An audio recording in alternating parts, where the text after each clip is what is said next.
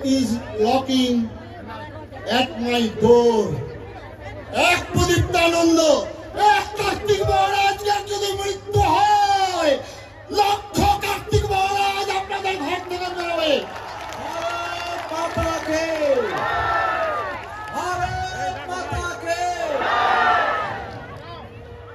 বিদায় নেব।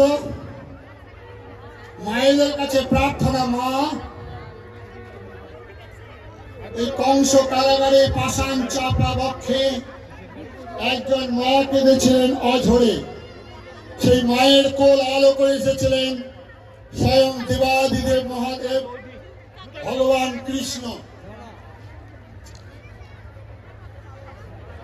বাংলার বুকে নবদ্বীপ ধামে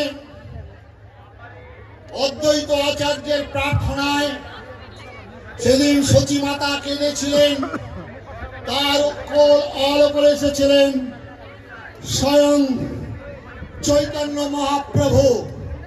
বিবেকানন্দ বলছেন, আমার মা পাথরে পাথরে মাথা ঠুকে ঠুকে আমাকে পেয়েছেন। তাই ওগো মা, না জাগিলে দেশও লড়ে না, দেশও জাগে না, জাগে না মা। ওই পশ্চিম দিগন্তের দিক চক্রবালের অন্তরাল থেকে বিনয় বাদল, দীনেশ ক্ষুদিরাম, নেতাজি সুভাষ, বিবেকানন্দ, প্রণবানন্দ, অরবিন্দের আত্মা গেল কাঁদছে। তারা পবিত্র মা পাচ্ছেন না, তাই তারা জন্মগ্রহণ করতে পারছেন না। মা, আপনি একটু পবিত্র হন, আপনি একটু কাঁদুন। জন্মদিন গুরু গোবিন্দ সিংহের মতো সন্তান, জন্মদিন রাণা প্রতাপের মতো সন্তান, জন্মদিন শিবাজির মতো সন্তান যারা জন্মগ্রহণ করে বলবেন ক্ষীর দুঙ্গা তো সার নাহি দুঙ্গা। আজকে এক মা সেই দিন কেঁদেছিলেন। ওই যে সব লঙ্কা, আমার মা সীতা সেদিন লক্ষণ রেখা দিয়েছিল, মা সীতা পালন করলেন না, বিপত্তি ডেকে নিয়ে আসলেন। আজকে লক্ষণ রেখা আপনারা মানুন মা বোন। আজকে ধর্ষিতা হয় 99% জন আমার হিন্দু মা বোন। কেন মুসলমান বোন মা ধর্ষিতা হয় না জানেন? লক্ষণ রেখা, তার পিছনে সমাজ। হে ভারত ভুলিও না নারী জাতির আদর্শ, সীতা সাবিত্রী দয়ময়ন্তী। হে ভারত ভুলিও না তোমার সর্বদেবী উপাস্য শঙ্কর মহারাজ। তোমার জন্ম, তোমার বিবাহ ইন্দ্রিয় সুখ সম্ভোগের জন্য নয়, বলছেন বিবেকানন্দ।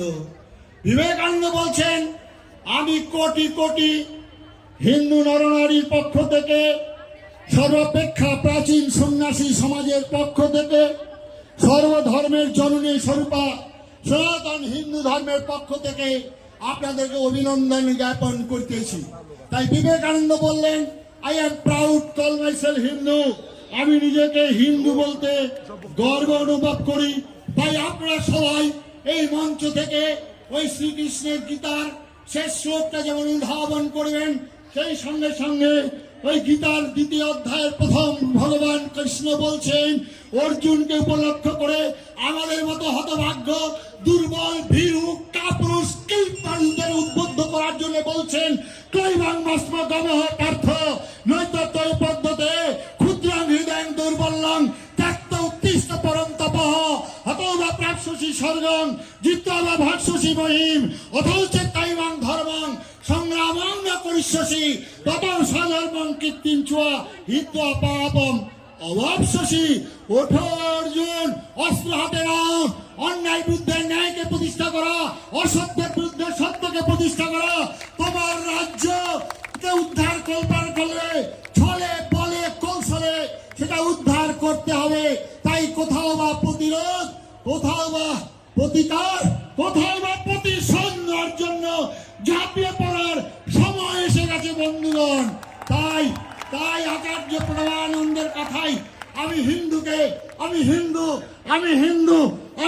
এই নাম জপ করাবো।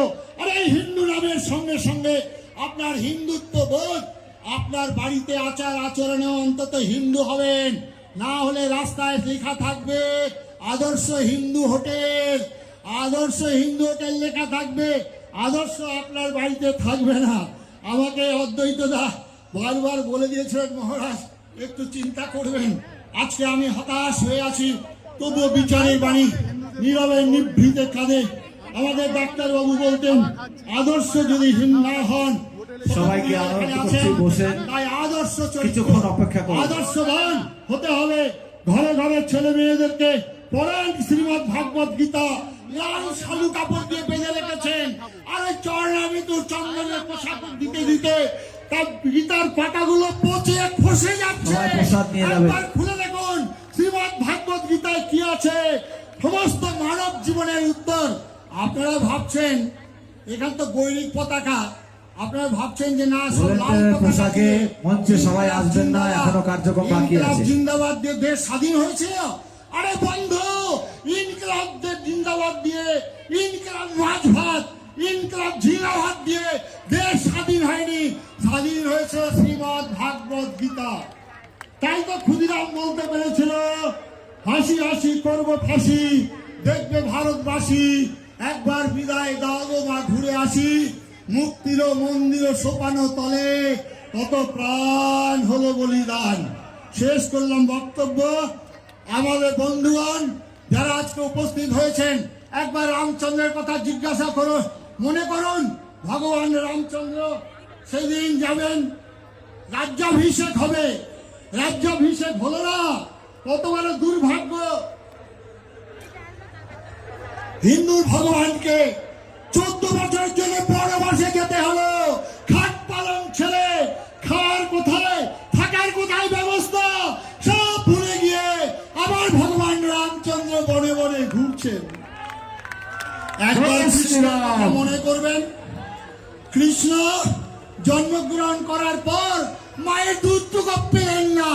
আজকে হিন্দু সমাজের জন্য ওই দশরথ পাপ করেছিল, দশরথ সব বউকে কথা দিয়েছিল, যার ফলে রামচন্দ্রের এই দুর্দিন এসেছিল। আর মহাভারতে পঞ্চ পাণ্ডব সেদিন জুয়া খেলেছিল, আর তার জন্য তাদেরকে বনবাসে শুধু যেতে হয়নি, ওই অভিমন্যুর মতো বীর তাকে মৃত্যুবরণ করতে হয়েছিল। আজকে ঘটোৎকচ মৃত্যুবরণ করতে হয়েছিল।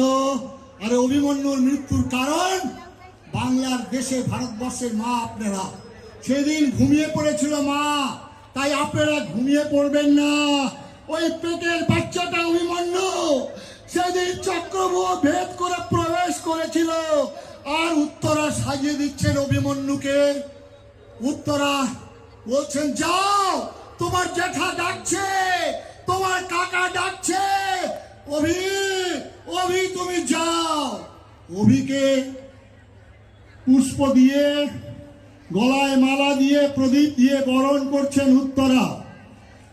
হঠাৎ প্রদীপটা নিভে গেল, উত্তরার চোখে জল, উত্তরা আঁচল দিয়ে চোখে জল মুছাচ্ছে। আর সেই সঙ্গে সঙ্গে অভিমন্যু বলছেন উত্তরা তুমি কি দুঃস্বপ্ন দেখছো, তুমি কি কোনো বিপদ দেখছো? চোখের জলটা মুছিয়ে হাসতে হাসতে বলছেন না অভি, না অভি, তোমার যদি এই যুদ্ধে মৃত্যু হয়, হতবা প্রাপসী স্বর্গম, জিত্তবা ভাবসী মহিম। বলছেন উত্তরা, তাই আজকে ঘরের বোন তোমার স্বামীকে সাজিয়ে দাও, যাও ওই পূর্বপুরুষ, ওই আমাদের পূর্বপুরুষ পাকিস্তান বাংলাদেশ যতদিন পর্যন্ত উদ্ধার না হবে, ততদিন পর্যন্ত শান্তি নেই, শান্তি নেই।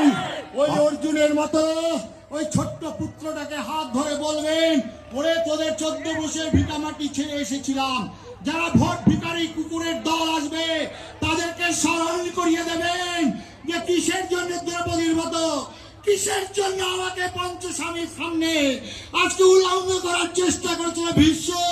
দিক তোমাকে, দিক দ্রোণাচার্য, দিক যুধিষ্ঠির, দিক দিক ভীম তোমাকে। আজকে আপনারা সেইভাবে আপনাদের ঘরের স্বামীদের বলবেন, আজকে চরম বিপদ, ভারতবর্ষ না থাকলে আপনার ঘাস ফুল ফুটবে না ভাই, আপনার পদ্ম ফুল ফুটবে না, আপনার কাস্তে হাতুড়ি তারাও থাকবে না। তাই সর্বপ্রথম ভারতবর্ষকে রক্ষা করার জন্য আজকে আমাদের ডাকে সাড়া দিয়ে এসেছেন যেমন বিজেপি, বিজেপির কেন্দ্রীয় এখানে এখানে মন্ত্রী থেকে আরম্ভ করে সবাই এসেছেন আরএসপি, এসেছেন সিপিএম, এসেছেন অনেক তৃণমূলের ভাই যারা নিজেকে হিন্দু বলতে আজকে পরিচয় দিতে কুণ্ঠাবোধ করছেন না। আজকে ফিরে থাকেন, আজকে হাকিমের জন্য আজকে অসংখ্য এসেছেন বৈষ্ণব, এসেছেন সন্ন্যাসী, এসেছেন দানপত্য, এসেছেন সাধু, এসেছেন সন্ন্যাসী, এসেছেন গৃহী, এসেছেন সর্বত্যাগী, সবাই এসেছেন আমার প্রশাসনিক বন্ধুরা, এসেছেন সব ভেদাভেদ ভুলে আমাদের ভারত মাকে কাঁদছেন তার চোখের জল মুছিয়ে দেওয়ার জন্য। ভারতবর্ষের আজকে সেই গৈরিক পতাকা উড্ডীন করার জন্য আমরা একত্রিত হয়েছি। বিবেকানন্দ বলেছিলেন ভারতবর্ষ আবার জাগবে, আবার উঠবে, আবার জগৎগুরুর আসনে প্রবেশন করবে চৈতন্যের শক্তি লইয়া, বিনাশের শক্তি লইয়া নয়। গৈরিক বেশ সহায়ে ভারতবর্ষের সর্বপ্রথম বৃহৎ রাজ্যটা আজকে গৈরিক পতাকা পথ পথ করে উঠছে বন্ধুগণ, পথ পথ করে উঠছে, পথ পথ করে উঠছে।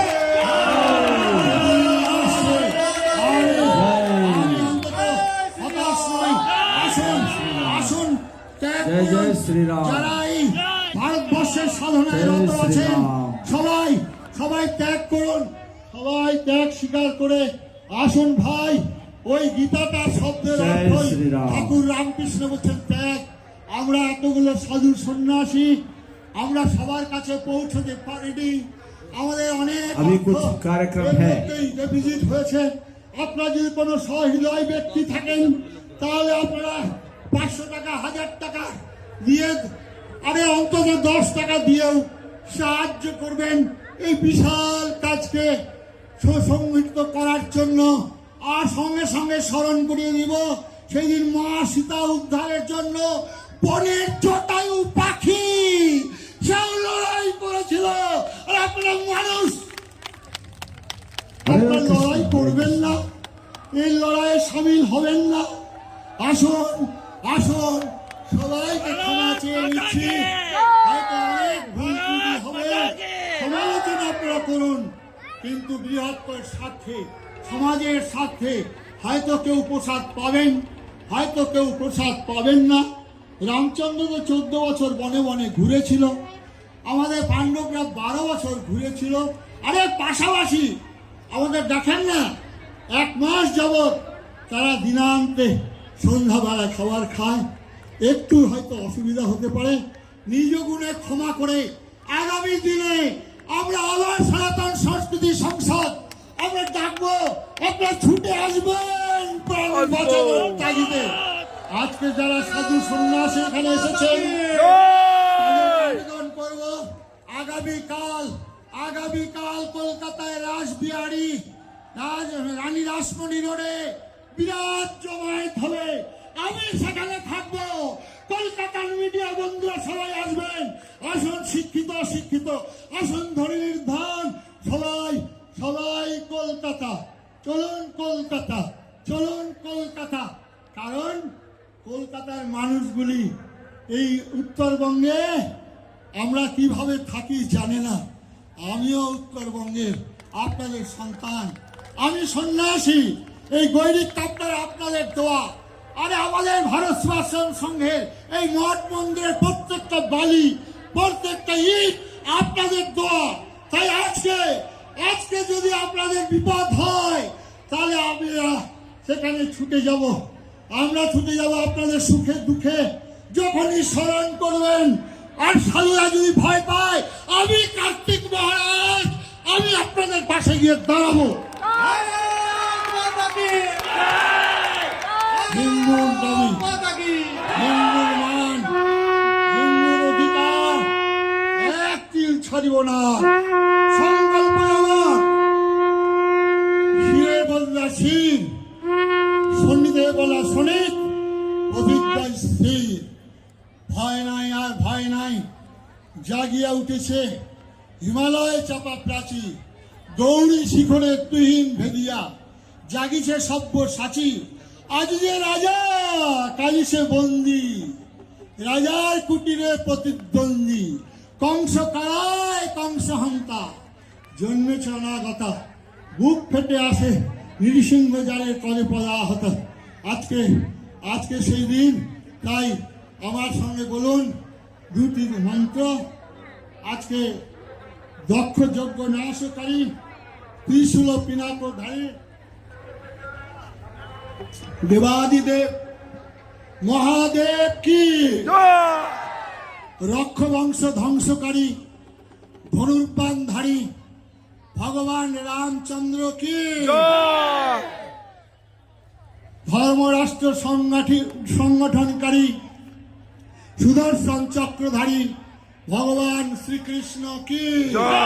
বলুন বন্দে মাতরম, বন্দে বন্দে মাতরম, মাতরম, বন্দে মাতরম, বন্দে মাতরম। বন্দে সবাই বললেন না, কার্তিক মহারাজ তো আপনি খুব চালাক, আপনি বন্দে মাতরম উচ্চারণের মধ্য দিয়ে সবাইকে বন্দে মাতরম উচ্চারণ করাচ্ছেন, অনেকে করেননি। আরে বন্দে মাতরম কংগ্রেসের বাপের সম্পত্তি নয়, বন্দে মাতরম তৃণমূলের বাপের সম্পত্তি নয়, বন্দে মাতরম